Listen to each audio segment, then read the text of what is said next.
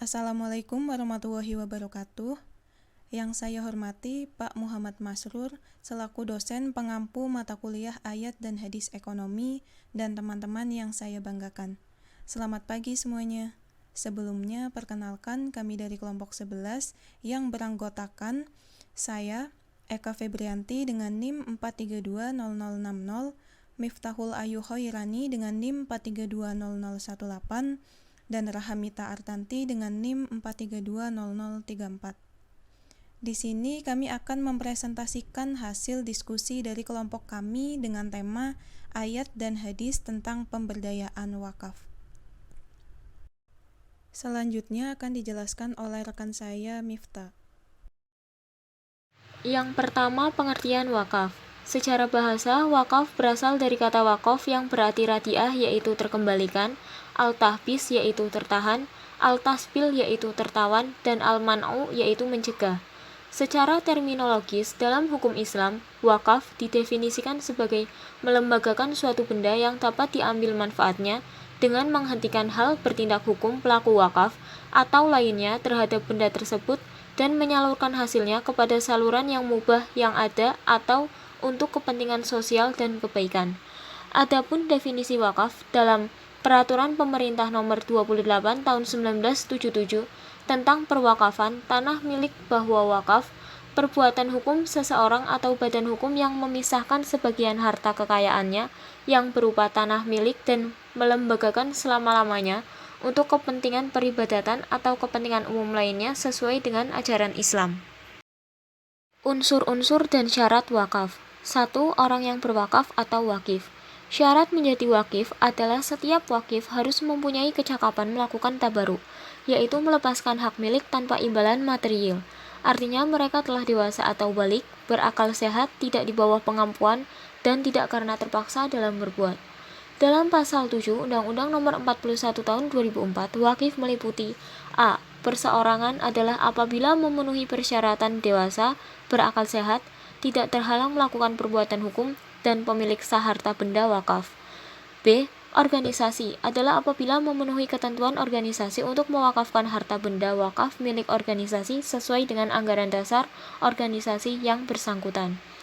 C. Badan hukum adalah apabila memenuhi ketentuan organisasi untuk mewakafkan harta benda wakaf milik badan hukum sesuai dengan anggaran dasar badan hukum yang bersangkutan.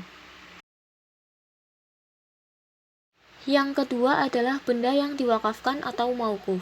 Mauquf dipandang sah apabila merupakan harta bernilai, tahan lama, dipergunakan dan hak milik wakif murni. Benda yang diwakafkan dipandang sah apabila memenuhi syarat-syarat sebagai berikut. A. Benda harus memiliki nilai guna. B. Benda harus tetap atau benda bergerak. C. Benda yang diwakafkan harus tertentu atau diketahui ketika terjadi akad wakaf. D. Benda yang diwakafkan benar-benar telah menjadi milik tetap, al-milk at-tam, si wakif atau orang yang mewakafkan, ketika terjadi akad wakaf. Dalam pasal 16 Undang-Undang Nomor 41 Tahun 2004, harta benda wakaf terdiri dari A. Benda tidak bergerak, meliputi yang pertama, hak atas tanah sesuai dengan ketentuan peraturan perundang-undangan yang berlaku, baik yang sudah maupun yang belum terdaftar. 2. Bangunan atau bagian bangunan yang terdiri atas sebagaimana dimaksud pada huruf 1. 3. Tanaman dan benda lainnya yang berkaitan dengan tanah. 4. Hak milik atas satuan rumah susun sesuai dengan ketentuan syariah dan peraturan perundang-undangan yang berlaku. 5. Benda tidak bergerak lain sesuai dengan ketentuan syariah dan peraturan perundang-undangan yang berlaku.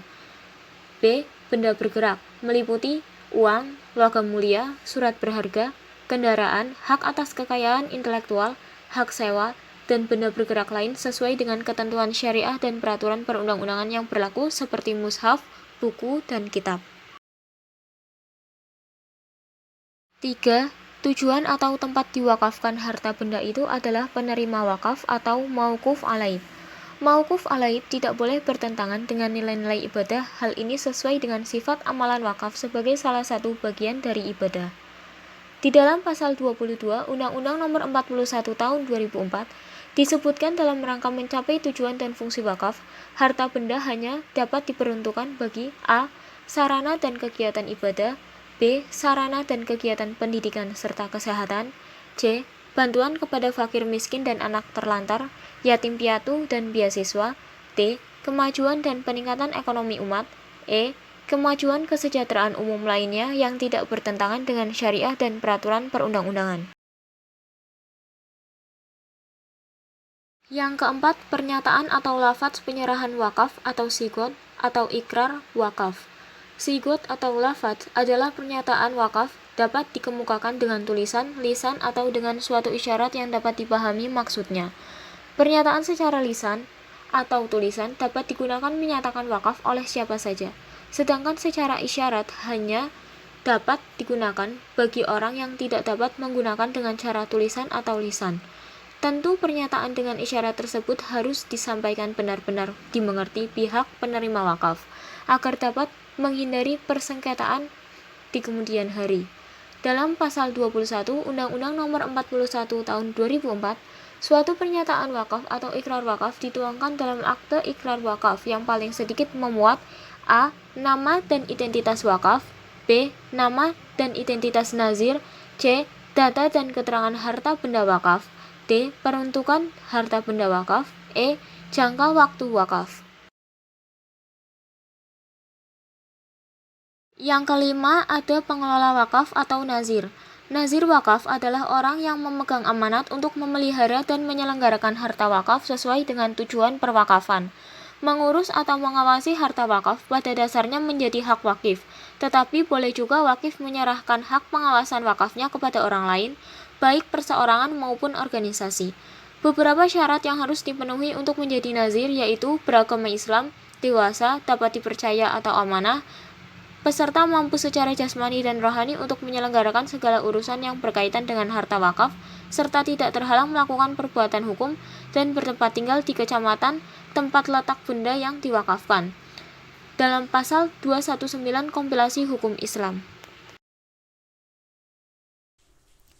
Selanjutnya, ada jangka waktu yang tak terbatas.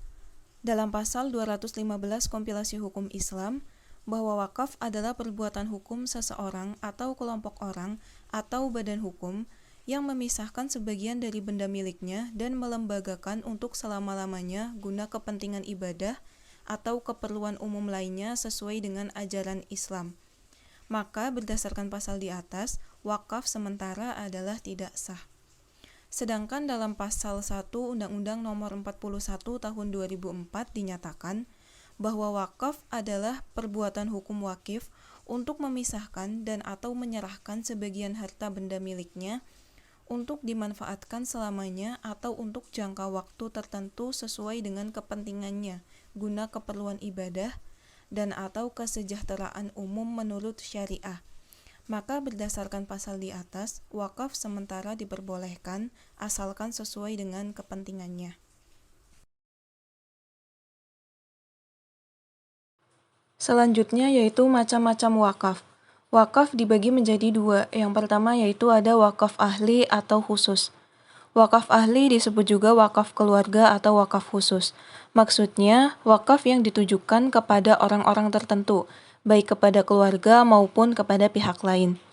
Wakaf ahli terkadang disebut juga dengan wakaf a'lal aulud, yaitu wakaf yang diperuntukkan bagi kepentingan dan jaminan sosial dalam lingkungan keluarga atau family, lingkungan keluarga sendiri. Yang kedua yaitu wakaf khairi atau umum. Wakaf khairi secara tegas diperuntukkan untuk kepentingan agama atau masyarakat umum, seperti wakaf yang diserahkan untuk pembangunan masjid, rumah sakit, rumah anak yatim, dan lain sebagainya.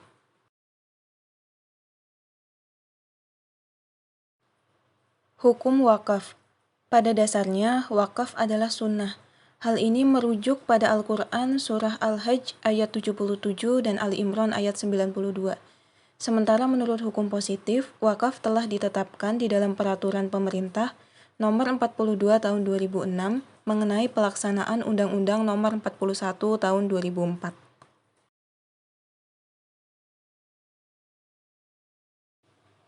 Dasar hukum wakaf menurut hukum syariah.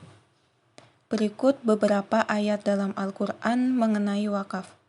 Yang pertama ada surat Al-Hajj ayat 77, yang artinya, wahai orang-orang yang beriman, ruku dan sujudlah kamu, dan sembahlah Tuhanmu, serta berbuatlah kebaikan supaya kamu berbahagia.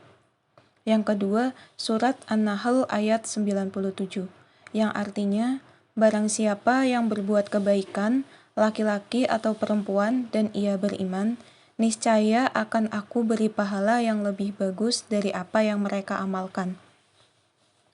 Yang ketiga yaitu surat Ali Imran ayat 92, yang artinya, kamu sekali-kali tidak sampai kepada kebaikan sebelum kamu menafkahkan sebagian harta yang kamu cintai.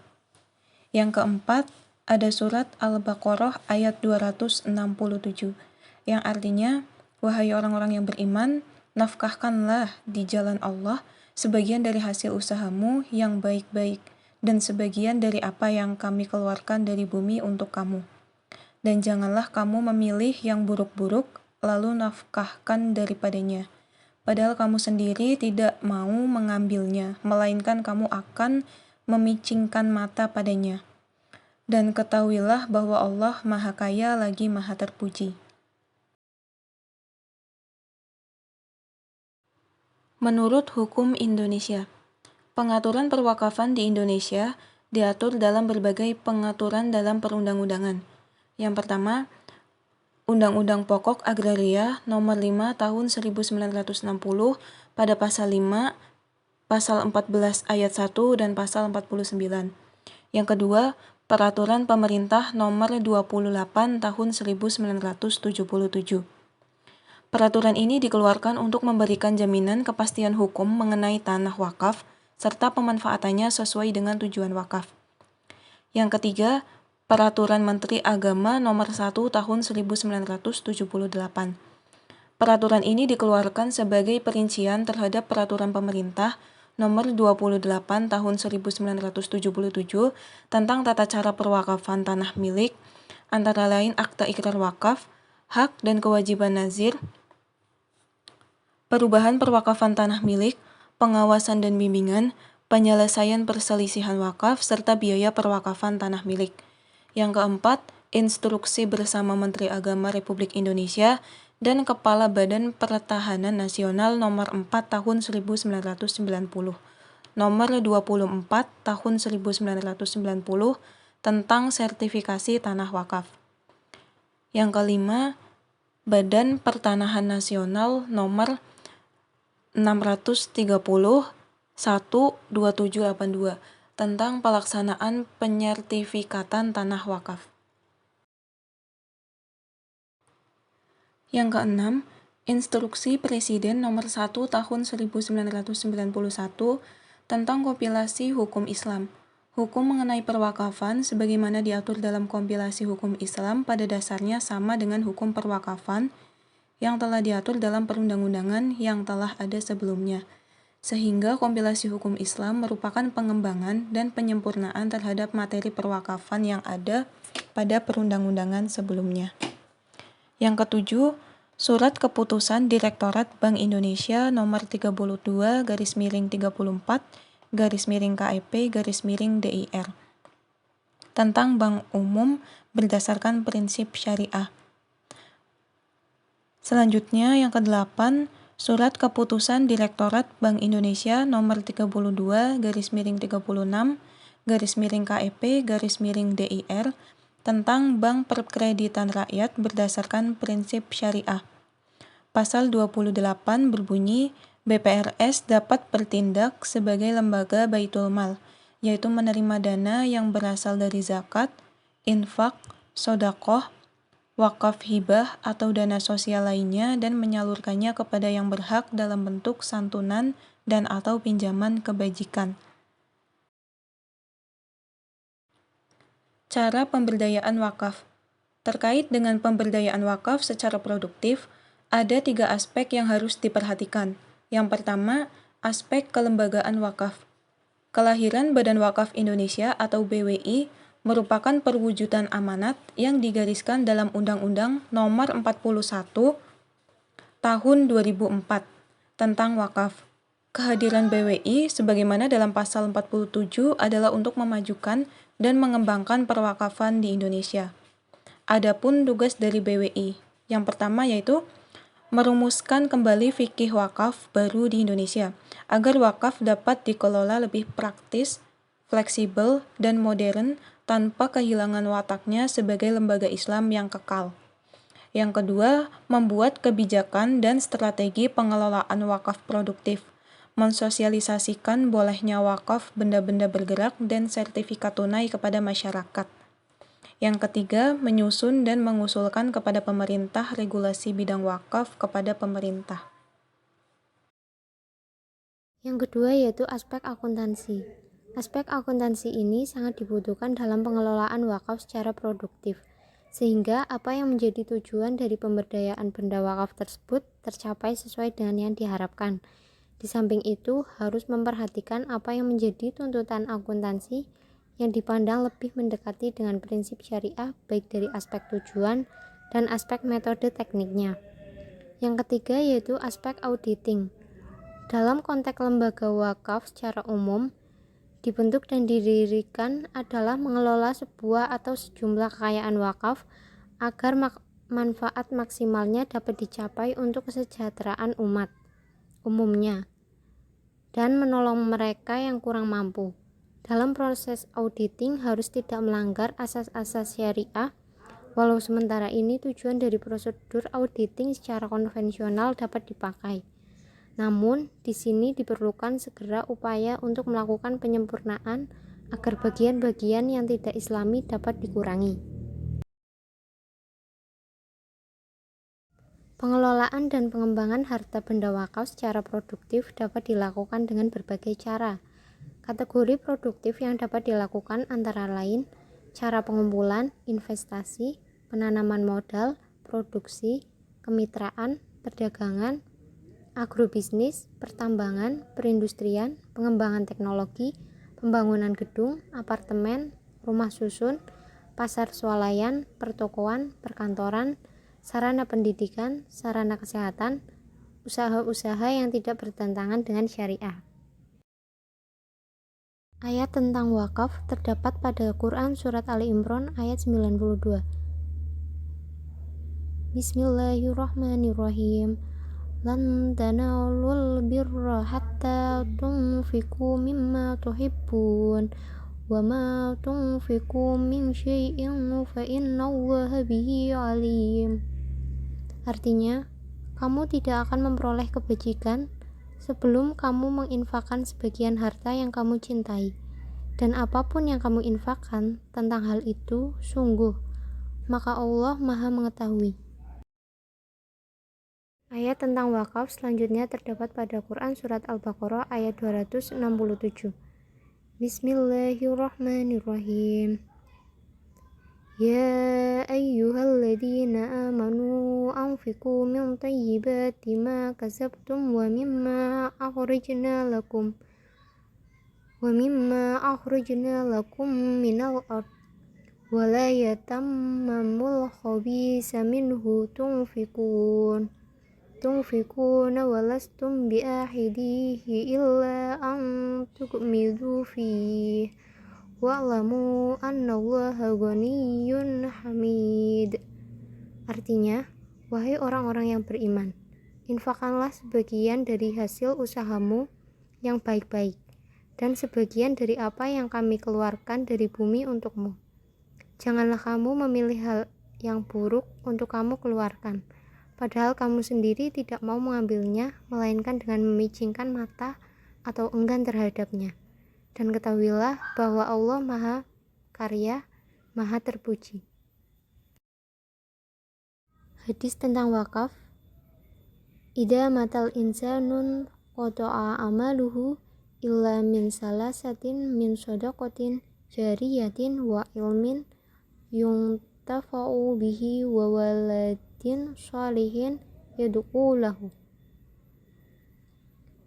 Jika seseorang meninggal dunia, maka terputuslah amalannya kecuali 3 perkara, yaitu sedekah jariah, ilmu yang dimanfaatkan, atau doa anak yang soleh. Hadis riwayat Muslim nomor 1631. Hadis tentang wakaf. An Abi Hurairah radhiyallahu anhu yaqulu qala Nabiyyu sallallahu alaihi wasallam man ahtabasa farasan fi sabilillahi imanan billahi wa tasdiqan biwa'dihi fa inna sibaahu wariyahu wa rawsahu wa bauluhu fi mizanihi yaumal qiyamah. Artinya, diriwayatkan dari Abu Hurairah radhiyallahu anhu berkata, telah berkata Nabi Shallallahu alaihi wasallam, barang siapa menahan atau mewakafkan seekor kuda di jalan Allah atau didasari karena iman kepada Allah dan membenarkan janjinya, maka makanannya, minumannya, kotorannya, dan kencingnya akan menambah berat timbangan pada hari kiamat. Demikian presentasi dari kelompok kami. Mohon maaf atas kesalahan yang kami buat, dan terima kasih atas perhatiannya. Wassalamualaikum warahmatullahi wabarakatuh.